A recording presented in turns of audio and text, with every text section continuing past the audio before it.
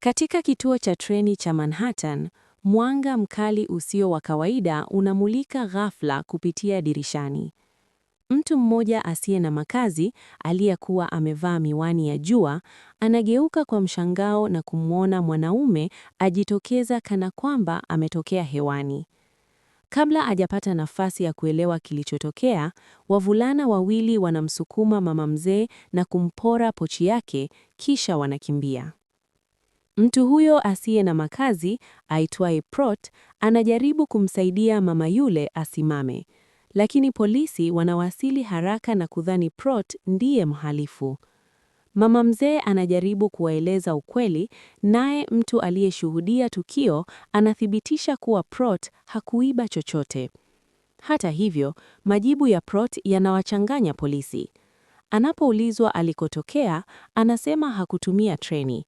Hana tiketi, hana mizigo, na anakataa kuondoa miwani yake ya jua akisema dunia ni angavu kupita kiasi. Kwa sababu ya majibu hayo ya ajabu, Prot anakamatwa. Mwezi mmoja baadaye, Prot anapelekwa katika taasisi ya wagonjwa wa akili ya Manhattan. Huko, daktari wa saikolojia Dr. Mark Powell anakutana naye.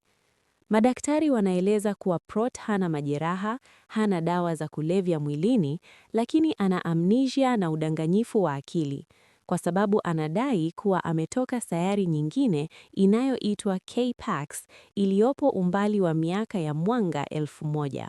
Prot ana tabia ya ajabu lakini tulivu. Anakula matunda bila shida, anazungumza kwa utulivu na anaonekana kufahamu mambo mengi kuliko mtu wa kawaida. Anamwambia Mark kuwa amesafiri kwa kutumia mwanga na kwamba kwenye sayari yake ana umbo tofauti, lakini duniani anaonekana kama binadamu.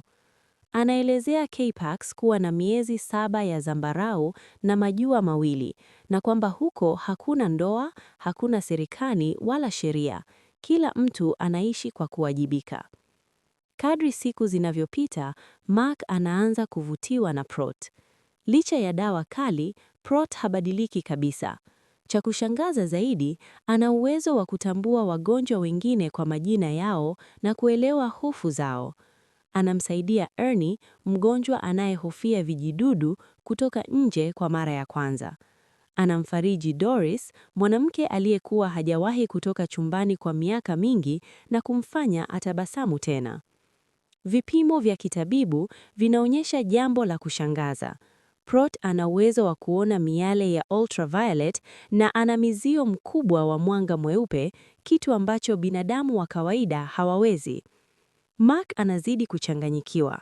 Je, Prot ni mgonjwa wa akili mwenye akili ya ajabu au kweli kuna kitu zaidi? Mark anampeleka Prot kwa wanasayansi na wanaastronomia. Wanamjaribu kwa maswali magumu sana kuhusu anga.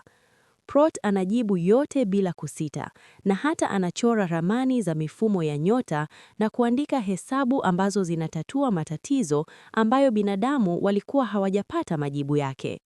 Wanasayansi wanabaki midomo wazi. Prot anatangaza kuwa ataondoka duniani tarehe 27 Julai saa 5:51 na kwamba anaweza kumchukua mtu mmoja tu kwenda K-Pax. Wagonjwa wengi wanaanza kuamini kuwa wataondoka naye. Mark anagundua kuwa tarehe hiyo ni muhimu. Ni miaka 5 kamili tangu Prot aseme alifika duniani. Anaanza kushuku kuwa tukio la kiwewa lilitokea siku hiyo. Mark anazidi kupuuza familia yake, akimchunguza Prot kwa kina. Anamwalika Prot nyumbani kwake siku ya sikukuu ya uhuru wa Marekani. Prot anawapenda watoto, anamwelewa mbwa wa familia na anagundua huzuni ya Mark kuhusu mwanawe wa ndoa ya kwanza aliyempoteza. Anaonekana kuona ndani ya mioyo ya watu. Hatimaye ukweli wa kusikitisha unaanza kujitokeza.